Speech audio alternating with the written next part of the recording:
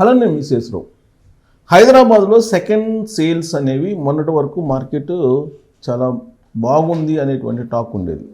కొత్త వాటికి రాకపోయినప్పటికీ కూడా పాత వాటికి మాత్రం మార్కెట్ ఉంది అనేటువంటిది ఒక అభిప్రాయం ఉంది. దానికి కారణం ఏంటంటే సోషల్ మీడియాలో గత 2 సంవత్సరాల నుంచి సెకండ్ సేల్స్కి సంబంధించిన ఫ్లాట్లు కానీ లేదంటే హౌసెస్ కానీ వీటికి సంబంధించినటువంటి పబ్లిసిటీ బాగా ఇచ్చారు. సో దాంతో సెకండ్ సేల్స్ యొక్క మార్కెట్ అనేది కొంత ఆశాజనకంగా ఉంది. కొత్త వాటికి మాత్రం లేదు. దానికి కారణం ఏంటంటే అఫోర్డబుల్ ప్రైస్ లేదు. మధ్యతరగతికి దిగువ మధ్యతరగతికి అందుబాటులో లేనటువంటి ఇళ్ల ధరలు హైదరాబాద్లో ఉన్నాయి. ఫ్లాట్ల ధరలు కూడా అలానే ఉన్నాయి. అందుకే సెకండ్ సేల్స్ వైపు వెళ్ళిపోయారు మధ్యతరగతి.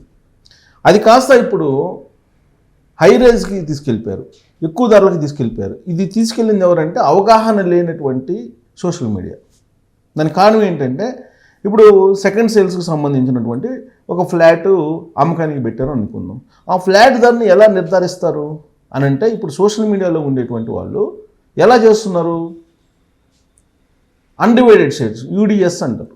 అన్డివైడెడ్ షేర్ వచ్చేసి సపోజ్ 40 గజాలు ఉందనుకోండి. ఈ 40 గజాలకి రేటు వాళ్ళే నిర్ణయించేసి ఇక్కడ గజం వచ్చేసి 1,50,000 ఉంది లేదా 2 లక్షలు ఉంది అని చెప్పేసి లెక్కేసి 4 ఇంటూ 8 అంటే 80 లక్షలు ప్లస్ కన్స్ట్రక్షన్ ఒక 80 లక్షలు ప్లస్ కన్స్ట్రక్షన్ 15 95 లక్షలు పెట్టేస్తున్నారు. అసలు హైదరాబాద్లో మీరు ఎలా నిర్ణయిస్తారు రేట్ని? ఎలా? ఇప్పుడు గవర్నమెంట్ వాల్యూ ఉంది. గవర్నమెంట్ ఈ మధ్యకాలంలో కూకట్పల్లిలో ఒక ఫ్లాట్స్ వేలం వేసింది. 3 లక్షల రూపాయలు గజం పలికింది. మరి దాన్ని బేస్ చేసుకొని 3 లక్షలు వేస్తారా? అసలు అది పెద్ద గ్యాంబ్లింగ్ అనేది అందరికీ తెలుసు. మార్కెట్ పడిపోయినప్పుడల్లా ప్రభుత్వం వేలం వేసి దాన్ని హైప్ క్రియేట్ చేస్తుంది అనేది అందరికీ తెలుసు. ఇప్పుడు ఆ 3 గజం 3 లక్షలకు కొన్నాళ్ళు నిజంగా కొన్నారా? కొనలా. లేదు, ఇక్కడ 150 కోట్లకి అవుటర్ రింగ్ రోడ్డు దగ్గర వేలం వేసినప్పుడు కొన్నారా అంటే ఒకవేళ కొన్నా కానీ వాళ్ళకి వేరే చోట బెనిఫిట్ ఇస్తారు. కేవలం ఆ వేలం వరకు వాళ్ళని ఉపయోగించుకుంటారు. ఇప్పుడు ఒకవేళ 150 కోట్లు కొన్నారనుకున్నాం ఎకరా, దాంట్లో ఒక 60-70 ఫ్లోర్లు వేస్తారు. ఈ 60-70 ఫ్లోర్లు వేసేటువంటి వాళ్ళకి గజం 2 లక్షలు పడినా కానీ గిట్టుబాటు అవుతుంది.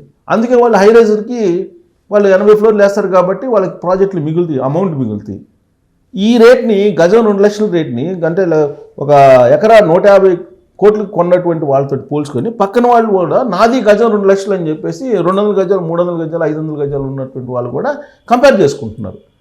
పైగా ఈ సోషల్ మీడియాలో అవగాహన లేనటువంటి కొంతమంది ఈ హైరైజెస్కి సంబంధించినటువంటి లేదంటే ప్రభుత్వం టెండర్ వేసినప్పుడు పలికినటువంటి రేట్ని ఈక్వల్ చేసేసి యూడిఎస్కి గజం ఈ రేటు ఉందని చెప్పేసి చెప్పేస్తున్నారు. ఇవాళ సెకండ్ సేల్స్లో కూడా 11 నుంచి 15 సంవత్సరాలు ఓల్డ్ అయినప్పటికీ కూడా వీళ్ళు ల్యాండ్ రేట్ కట్టేసేసి 60-70 లక్షలు చెప్పేస్తున్నారు. 3 బెడ్రూమ్ 60-70 లక్షలు, డబుల్ బెడ్రూమ్ ఒక 55-60 లక్షలు అట్లా చెప్పేస్తున్నారు. ఈ మధ్యకాలంలో 80 లక్షలకి వెళ్ళిపోయింది. అది అంటే దాదాపు ఒక 30% పెంచి వీళ్ళు చెప్తున్నది. దీనికి కారణం ఏంటంటే ప్రభుత్వం వేలం వేసినటువంటి భూముల ధరలతోటి కంపేర్ చేసి అవగాహన రియల్ ఎస్టేట్ మీద లేనటువంటి కొంతమంది సోషల్ మీడియాలో ఇలా క్యాల్కులేట్ చేసి చెప్పేస్తున్నారు.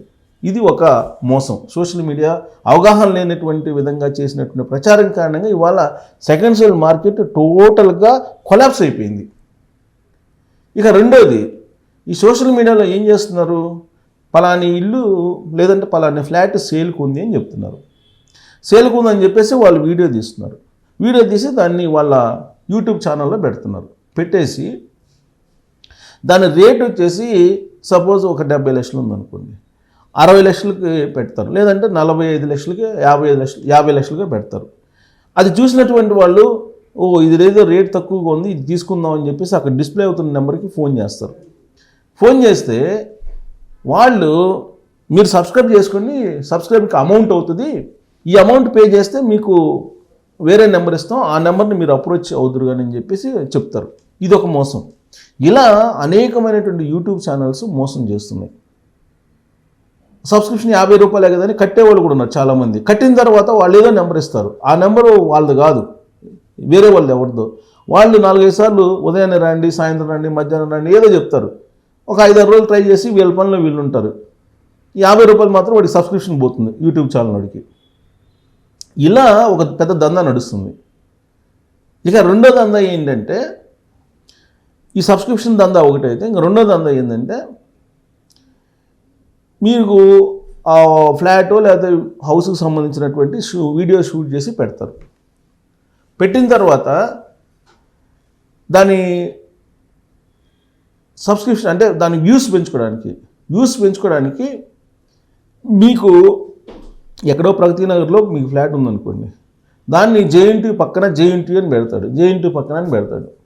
జనరల్గా చూసేవాళ్ళు ఏమనుకుంటారు, జేఎన్టీ అంటే కొంచెం మంచి సెంటర్ కదా, అక్కడ ఉందేమో, ఈ రేటుకి అక్కడ ఉందేమో అనేది చూస్తారు. తీరా చూస్తే ఆ వీడియో ఎక్కడ ఉంటుంది, ప్రగతి నగర్లో ఉంటుంది. ఇలా ఎక్కడ శివార్లో ఉండేటువంటి వాడిని తీసుకొచ్చి మాదాపూర్ అని పెడతారు. ఎక్కడెక్కడో తీసుకొచ్చి అడ్రస్లు తప్పు పెట్టేసి టెంప్ట్ చేసేట్లాగా నీకు తక్కువ రేటు పెడతారు. దాంతో వీళ్ళు చూసేవాళ్ళు చూస్తారు. వీళ్ళు 1 minute చూసినా కానీ వాళ్ళకి వ్యూస్ వస్తాయి, అమౌంట్ వస్తుంది. సో ఇదొక వ్యూస్ అనేది ఒక దందా, సబ్స్క్రిప్షన్ అనేది మరొక దందా. తర్వాత రీసేల్ అనేది ఫ్లాట్లకి వీళ్ళ దగ్గరికి వచ్చినప్పుడు వీళ్ళు ఏదైతే ల్యాండ్ షేర్ ఉందో ఆ ల్యాండ్ షేర్ని బేస్ చేసుకుని ధర నిర్ణయించేసి వీళ్ళే ధర నిర్ణయించేస్తున్నారు సోషల్ మీడియాలో వాళ్ళు. ఈ కారణంతో సెకండ్ సేల్స్ అనేది టోటల్గా కొలాప్స్ అయిపోయింది. అసలు మామూలుగానే రెడీ టు ఆక్యుపై 5 లక్షల ఫ్లాట్లకు పైగా ఉన్నాయని చెప్పి రీసెంట్గా వచ్చినటువంటి సర్వే. మీరు ఒకటే గుర్తు, రియల్ ఎస్టేట్ బాగుందా లేదా అనడానికి. రియల్ ఎస్టేట్ బాగుందంటే క్రెడాయి సమావేశాలు పెట్టదు. నేను కాక మొన్న క్రెడాయి ప్రాపర్టీ షోస్ పెట్టింది. క్రెడాయి ప్రాపర్టీ షో పెట్టింది అని అంటే రియల్ ఎస్టేట్ మందంగా ఉంది, రియల్ ఎస్టేట్ దారుణమైనటువంటి పరిస్థితిలో ఉంది అనుకున్నప్పుడే క్రెడాయి ప్రాపర్టీ షో పెడుతుంది. ప్రాపర్టీ షో పెట్టి దానికి ఒక హైప్ క్రియేట్ చేస్తుంది. అలాగే ప్రభుత్వం భూములను వేలం వేస్తుందని అంటే రియల్ ఎస్టేట్ పడిపోయింది, దాన్ని మళ్ళీ లేపడానికి ఈ వేలం వేస్తున్నారని చెప్పి మనం సింపుల్గా ఆలోచించుకోవచ్చు. మీకు కేసీఆర్ గారు ముఖ్యమంత్రిగా ఉన్నప్పుడు కోకాపేటలో 100 కోట్లకు కొన్నారు కదా, ఆ 100 కోట్లకు కొన్న అతను అక్కడ లేడు, మీరు ఎంక్వైరీ చేసుకోండి. అతను వెళ్ళిపోయాడు. ఈ 150 కోట్లకి ఇప్పుడు రేవంత్ రెడ్డి గారి ప్రభుత్వంలో కొన్నారు. అతనికి ఒకవేళ అతను కొన్నా కానీ, ఒకవేళ ఆ రేటుకి రిజిస్ట్రేషన్ చేయించుకున్నా కానీ అతనికి బెనిఫిట్గా ఏదో ఒకటి ప్రభుత్వం వేరే చోట తక్కువ రేటుకి ఇస్తుంది ల్యాండ్ కంపెనీకి. సో కాబట్టి పులిని చూసి నక్కవాత పెట్టుకున్నట్టు హైరేజ్ వాళ్ళని లేదంటే కంపెనీ వాళ్ళు కొనేటువంటి, ఇప్పుడు పెద్ద పెద్ద కార్పొరేట్ కంపెనీలు కొనేటువంటి రేటుని బేస్ చేసుకొని మిగతా వాళ్ళు కూడా ఆ రేటుకి ఫిక్స్ అయిపోయి దాన్ని క్యాలిక్యులేట్ చేసి సెకండ్ సేల్స్ ఫ్లాట్లకి రేట్లు పెంచేశారు. ఇది అసలు ఎవరికీ అర్థం కానిటువంటిది. టోటల్గా కొలాప్స్ అయింది. సెకండ్ సేల్స్ని కూడా కొలాప్స్ చేసేసింది సోషల్ మీడియా కొలాప్స్ చేసింది. పైనేమో రియల్ ఎస్టేట్నేమో ప్రభుత్వం కొలాప్స్ చేస్తే ఆర్టిఫిషియల్గా లేని డిమాండ్ని క్రియేట్ చేసి కేసీఆర్ గారు, ఆ తర్వాత దాన్ని కంటిన్యూ చేస్తూ రేవంత్ రెడ్డి గారు ఆర్టిఫిషియల్గా రియల్ ఎస్టేట్ని క్రియేట్ చేసేసి అసలు రియల్ ఎస్టేట్ని పండబెడితే సెకండ్ సేల్స్ ఒక రకంగా ఆశాజనకంగా ఉన్నాయని చెప్పి అనుకుంటున్న సమయంలో సోషల్ మీడియా దీన్ని పండబెట్టేసింది. ఇది కూడా ఆర్టిఫిషియల్గా రేట్లని పెంచేసి. సో ఈ కారణం చేత హైదరాబాద్ టోటల్గా రియల్ ఎస్టేట్లో అటువైపు చోట్ల ఎవరు. అందుకే మీరు అబ్జర్వ్ చేయండి. ఇప్పుడు హైదరాబాద్లో మీరు ఏదో ఒక ప్రాంతానికి వెళ్ళి మీరు విజిట్ చేయండి. సేల్ బోర్డులు ఎన్ని ఉంటాయో చూడండి.